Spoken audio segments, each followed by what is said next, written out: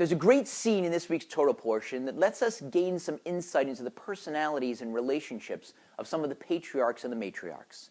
Abraham has sent his faithful servant Eliezer on a mission to find a wife for Isaac. And Eliezer has succeeded. He's found Rebekah, and he's bringing her back to meet her husband, Isaac.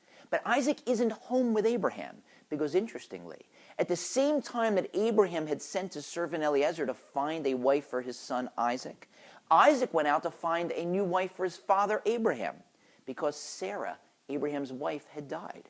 And so Isaac has gone out to go bring back Hagar so that Abraham, can remarry her.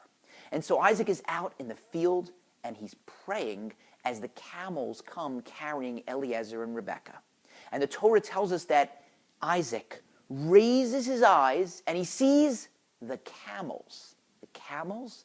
Any other guy would have seen the girl on the camels, would have checked out the girl who's going to be his wife.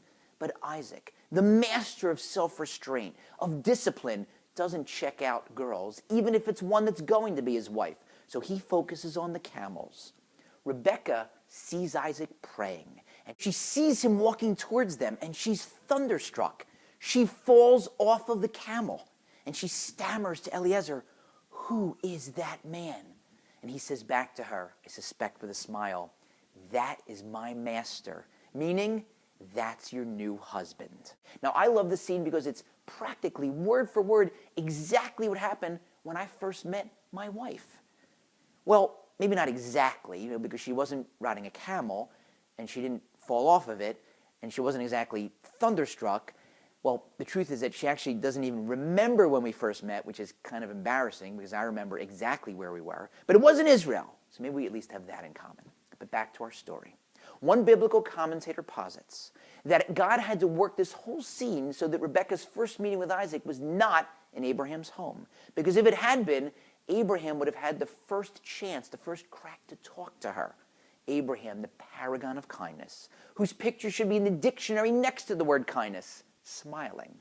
He would have had the chance to sit her down, welcome her in, give her some food. The same man who, after circumcising himself at the age of 99 and then planting himself outside his tent to look for guests, would have welcomed her in and said, "Listen, I want to talk to you.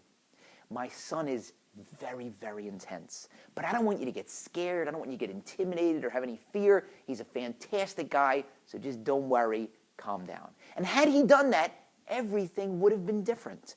But instead, because he didn't get a chance to do that, Rebekah had that pachad Yitzchak, that fear or awe of Isaac throughout their marriage. Very different from the relationship that Abraham and Sarah had. Sarah, when she had something to say to Abraham, she told him. Very different from the relationship between Rachel and Jacob. Rachel was no shrinking violet. She would also tell Jacob when she had something to say. But not Rebekah and Isaac, because Rebekah always had that awe. And that explains why in the coming chapters, when the twins are kicking and raising a ruckus inside her, Rebekah doesn't ask Isaac for advice or ask him what's going on. She asks someone else. And it explains that peculiar but key scene when instead of telling her husband, "You can't give a blessing to Esau, he's a terrible guy, you have to give it to Jacob." Instead, she has to create that subterfuge, forcing her son Jacob to impersonate his brother Esau in order to get the blessing that he needs and that he deserves. And so maybe the Torah is teaching us a lesson here. God has his reasons why he stops what would otherwise certainly have been an act of kindness from Abraham. But maybe the lesson is that one act of kindness, right time, right place, right person to the other right person, can change history. It doesn't cost you anything extra. It's the same price, the same effort as being cruel or apathetic. One act of kindness can change history.